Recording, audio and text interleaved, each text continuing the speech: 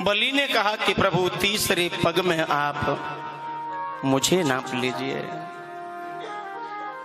भगवान ने अपना चरण राजा बलि के शीश पर रखा। भगवान कहते कि बलि मैं तुझसे बड़ा प्रसन्न हूं, तेरा सब कुछ मैंने ले लिया, अब तेरे पास तो रहने के लिए भी जगह नहीं है, इसलिए मैं प्रसन्न होकर के सुतल लोक का राज्य तुझे देता हूं। तू सुतल में वास कर, और भी तेरी कोई इच्छा हो तो तू मुझसे मांग ले। बलि कहता है प्रभु मैं तो आपकी इस बटुक छवि पर ही रीझ गया।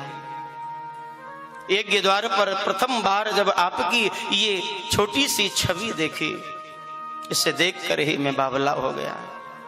आप यदि मुझे देना चाहते हैं तो एक काम करिए,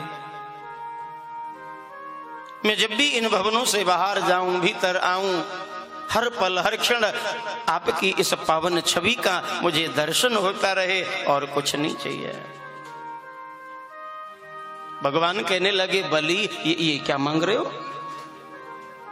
तुम कहते हो कि मेरी यही बटुक छवि तुम्हें नित्यप्रत दिखती रहे, इसका मतलब भैया कि हम बटुक बनकर के तुम्हारे ही महल में, तुम्हारे ही द्वार पर ऐसे ही खड़े रहे?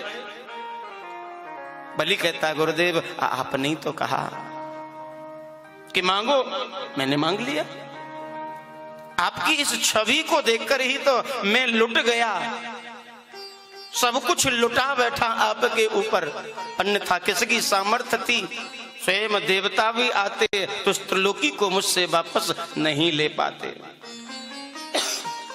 अब आपकी मर्जी है, आपने मुझसे वचन लिया, मैंने आपको सब कुछ दिया। आपने वचन दिया है और मैंने मांगा है, अब जैसी आपकी मर्जी। भगवान वचन में बंध गए और कहने लगे कि राजन चिंता मत करो, मैं तुम्हारे सुतल लोक में ही रहूंगा। जब जब तुम्हारा भाव बनेगा नित्य प्रत तुम कभी भी बाहर जाना, कभी भी भीतर आना, लेकिन द्वार पर मुझे पाओगे। आचार्य गण कहते हैं कि भगवान बटुक बनकर के, मानो पहरेदार बनकर के बलि के द्वार पर खड़े हो गए। 1 वर्ष तक ये लीला चलती रही। आज भक्त बलि के वश में, उसके भाव में भगवान बंध गए।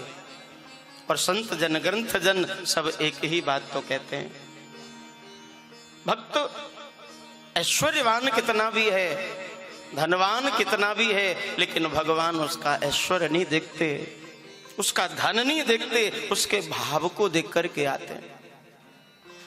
यद्यपि आप सब समझते होंगे बलि कोई बहुत बड़ा खानदानी अच्छे कुल का राजा नहीं है, राक्षस कुल में जिसने जन्म लिया, हिरण्यकश्यप जैसे वंश में जिसका जन्म हुआ है,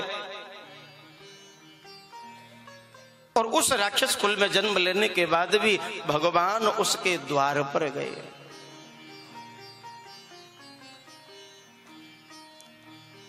कोई जरूरी नहीं है कि अच्छे खानदान में जन्म लेने वाले सब अच्छे ही हों, और राक्षस कुल में, बुरे कुल में जन्म लेने वाले सब ही बुरे हो जाए। कि समय समय के फेर सो बदल जात हैं अंश, हिरणाकुश के हरि भगत और उग्रसेन के कंस। हिरण्यकश्यप जैसे राक्षस के यहाँ भगवत भक्त प्रहलाद जैसा बालक हो जाता है, और उग्रसेन जैसे धर्मात्मा राजा के यहाँ कंस जैसा पापी प्रकट हो जाता है। ये समय समय की लीला है, लेकिन सत्य यही है, भगवान मिलते हैं भोले भक्तों को। भगवान के लिए ऐश्वर्य मत दिखाओ, जितना भोलापन होगा, जितना सीधापन आपके भीतर होगा, भगवान उतनी जल्दी रीझ जाएंगे। कितने भक्तों की कथा आती है, ऐसा कोई विशेष इतिहास नहीं आता कि भगवान ने किसी विशेष ज्ञानी, कि किसी विशेष महापुरुष, साधना करने वाले, तप करने वाले व्यक्ति को दर्शन दिए। लेकिन ऐसे कितने इतिहास आते हैं कि किसी ने प्रेम से भगवान को पुकारा, भोले भाव से पुकारा, और भगवान आ गए, उसके सन्मुख प्रकट हो गए।